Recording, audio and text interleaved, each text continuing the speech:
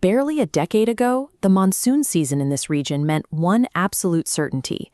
The rains would arrive, and the local rice paddies would routinely submerge. The rising water erased the boundaries between properties. Front yards, walking paths, and agricultural plots all merged into one temporary, massive, interconnected pond.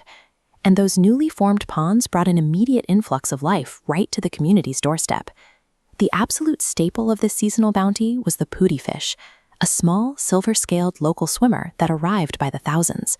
For the people living here, the monsoon was a scheduled harvest. You didn't have to go to a market to find fresh, wild-caught food. The water delivered it directly to your home, a reliable and unadulterated source of nutrition. Catching that food became a communal skill. People would fold banana leaves to trap tiny mollyfish, while families set up massive triangular nets directly in their flooded yards. Securing the puthi fish required a specific evening ritual. Right before bed, you'd mix a handful of flour bait, toss it into the murky water above the submerged net, and wait in the dark. The timing had to be perfect. You wait until the water boils with feeding fish, carefully lift the edges of the net to avoid spooking them, and then execute a rapid, perfectly timed pull of the net before they can scatter. Today, you can perform that exact same ritual in the same flooded yard and pull up absolutely nothing. That entire vibrant, interactive reality has vanished. To see an everyday, abundant natural resource completely disappear in less than 12 years is alarming. The water still floods the fields, but the life inside it is gone. The answer lies in the dirt.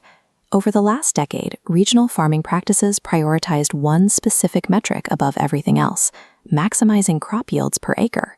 To force the soil to produce more rice, massive quantities of synthetic fertilizers were introduced to the earth. Next came the pesticides. Farmers coated the fields in aggressive chemicals designed to kill off insects and protect the newly forced growth. As the seasonal rains saturate the land, they don't just water the crops. They dissolve the concentrated fertilizers and pesticides, carrying them directly out of the topsoil and funneling them into the interconnected ponds and rivers. This influx of chemicals strips the water of its natural balance. The environment that once supported thousands of puthi fish becomes a trap, leading to rapid suffocation and a total population collapse. In the rush to squeeze a few more bushels of rice out of the land, the agricultural industry inadvertently poisoned the secondary, natural food supply that lived entirely off the margins of those fields. Now, the local rivers have been emptied of their once diverse life, and the once rich soil has been stripped of its natural fertility. Specific species like the puthi, which were once dietary staples, are now entirely absent from the water, leaving the local food chain broken. With the fish went the culinary traditions built around them. The tactile joy and distinct flavor of an authentic roasted local fish curry is something entire families no longer get to experience. People used to pull their dinners from the water with complete confidence. Today, there's a lingering, pervasive anxiety about the chemical safety of modern meals and what might be hiding in the food they buy. The ecological death of the waterways altered more than just the local diet. It damaged the community's trust in their own environment. When the fish disappeared from the ponds and rivers, they took a massive piece of the region's outdoor culture with them.